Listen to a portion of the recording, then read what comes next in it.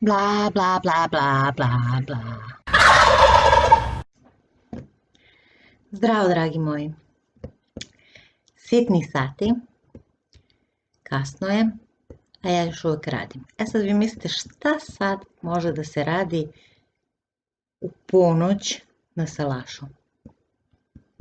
Da seljak nije kao što je nekad bio, govore i ovako ove stvari i ove stvari i ovo vam treba i ovo vam treba i ovo vam treba, sve vam treba. Sad, prepodne je bilo obično prepodne, obavili su se neki svakodnevni poslovi, između toga kuvanje i možda malo kolača smo napravili sa višnjama, lenje pite, tako da ima, a čitavo popodne mi je zauzela administracija. Bome ima puno administracije na poslu. Sad nije to baš svaki dan, ali jednom godišnje velika administracija kad sređujemo sve papire, jer inspekcija dolazi i proverava stanje životinja, sve papirologiju kompletnu, znači ako imate životinje koje su u selekciji, onda se proveravaju papiri, laktacija, mliko, roditelji, osemenjavanja, telenja, teladi, sve živo se proverava i odrađuje se broj uslovnih grla, što vam je bitno, na primjer, ako želite da uzmete državnu zemlju u zakup. Sad, ja sam upravo završila krave, ostale su mi svinje.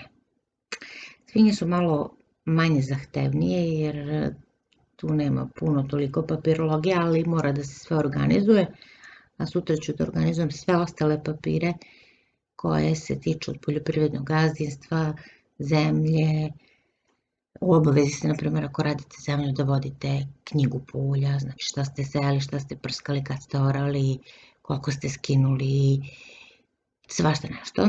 Znači, administracije ima jako puno i o tome vam niko neće govoriti i o tome vi ni ne razmišljate direktno kad mislite da živite na selu i ako mislite da se bavite poljoprivredom ili stočarstvom. I nešto ja sad malo pauzicu sam napravila, jer možda bi to bilo interesantno da ja vama pokažem i da vam objasnim kako to funkcioniše. Ovo je Srećko i on isto želi da se slika malo za YouTube. Kaži Srećko. Zdravo! Ja sam jedan mačak što se zovem Srećko i jako sam bezobrazan. I stalno sam gladan, a oliki sam veliki. Dobro, Srećko, sad mi izađi iz kadra. Administracija za krave. Sad, ja krave, napravila sam podelu na krave koje su u selekciji i koje nisu u selekciji. Jede se. Ove koje nisu u selekciji, one su vam manje zahtevne, ali opet mora da se zna, na primjer ovo vam je karton osemenjavanja, to je potvrda od veterinara kad je osemenjeno i kojim bikom, ovde je njen pasoš i tu imamo praćenje događaja. To uglavnom držim ovako na spisku da se zna koja je gde krava, koja je tela, kad je osemenjena, kad treba da se teli, da se nadamo i šta se dešavalo. To mi je manje zahtevno, znači ima tu posla, ali nije to toliko. Najveći posao su mi ove što su u selekciji. Sad, one su isto tako poređane, znači svaka krava ima svoj redosled događaja, ima svoj karton, potvrdu osemenjavanja od veterinara, piše koji bik bio, ima svoj pedigre, gde piše mama, tata i ima karton osemenjavanja gde se vodi kad je ona osemenjena, kojim bikom je osemenjena i koje tele je rodila, to jest otelila. Sad tu mora dobro da se pazi i da se gleda, mislim mora i kod ovih redovnih krava, Ali kod ovih krava mora da štima sve, baš sve mora da štima. Jer ne može bik da vam skoči, ako imate bika nekog u štali, ne može on da skoči pa da semeni, on nije u selekciji, znači onda vam propada selekcija, što se nama desilo. Lepo, nemojte se svađati oko hrane, ima za oboje. Kerovi, mačke, životinjsko carstvo. Ovako sad, na primjer, izgleda jedan šit koji se napravila Excel. Kako se to vidi, ja nemam pojma, ali ću da vam objasnim. Ovde je broj krave, pošto krave nemaju ime, previše je. Ovde je broj krave, ovde je datum rođenja krave, ovde je prijava nekih događaja, ovde je majka krave, otac krave, kad je krava oteljena, kad je ponovo semenjena i ovde pišem događaje kad se očekuje ponovo oteljenje. Znači, mama je roza, tata je plavi, to sam ja tako smislila. Ali uglavnom, ovo mi je, znači, kogo dođe i kad god treba, da li je veterinar, da li je inspekcija, da li mi, da li bilo šta da se desi, ja uvek imam ovo pri ruci i uvek pogledam, aha, znači ta i ta krava, a ona će se teliti tad i tad, ili se otelila tad i tad, a otelila je tog i tog, to i to tele kojem je otac bio taj i taj, a naravno ne može da bude tata isti i kravi i teletu, jer to je to je incest. Znači ima tu puno stvari za koje treba da se baš potrudi čovek.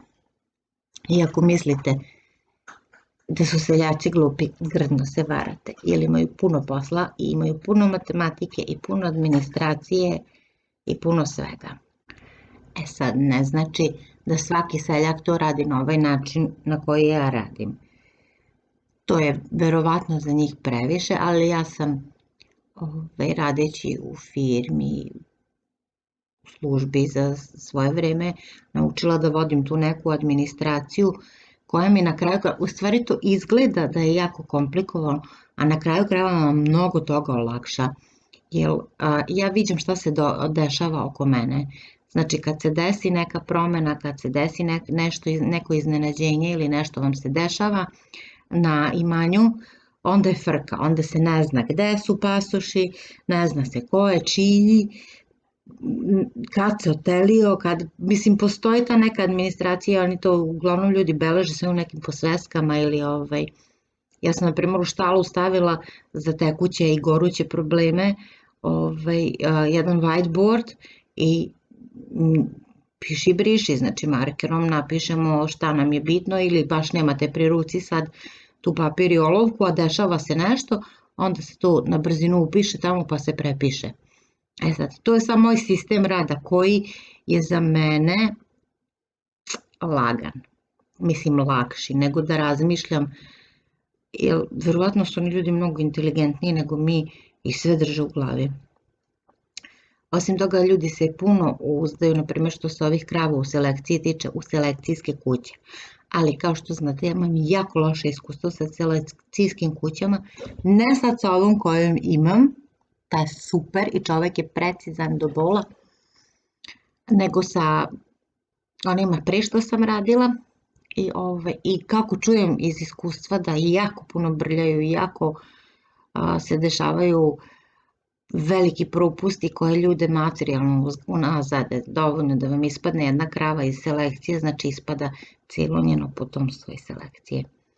I treba vam, ja mislim, 3 ili 4 godine da je ponovo ubacite u selekciju, a samim tim propada tih 25.000 koje dobijete subvencije od države na kravu koja je u selekciji.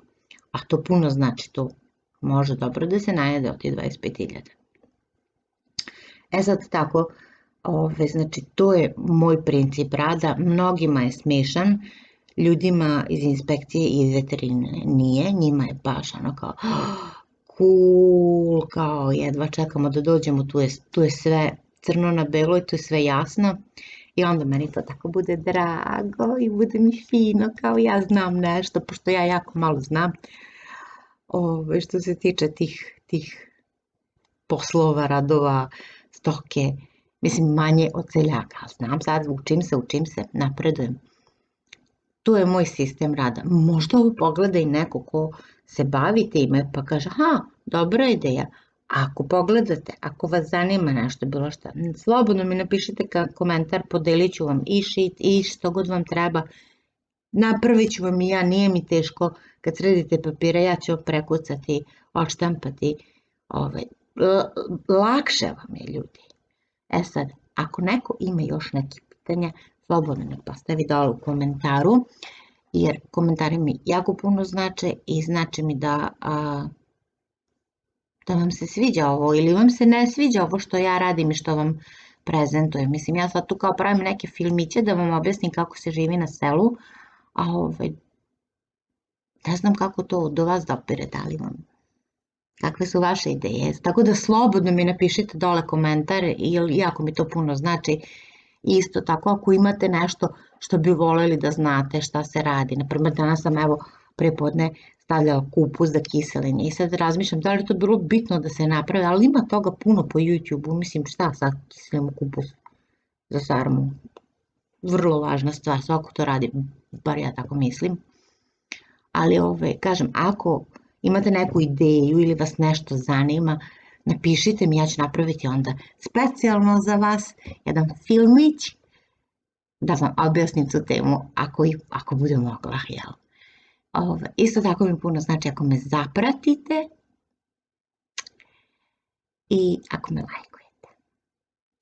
Toliko za večeras od mene. Jako je kasno, imam još svilje da radim, da vidite da je kasno.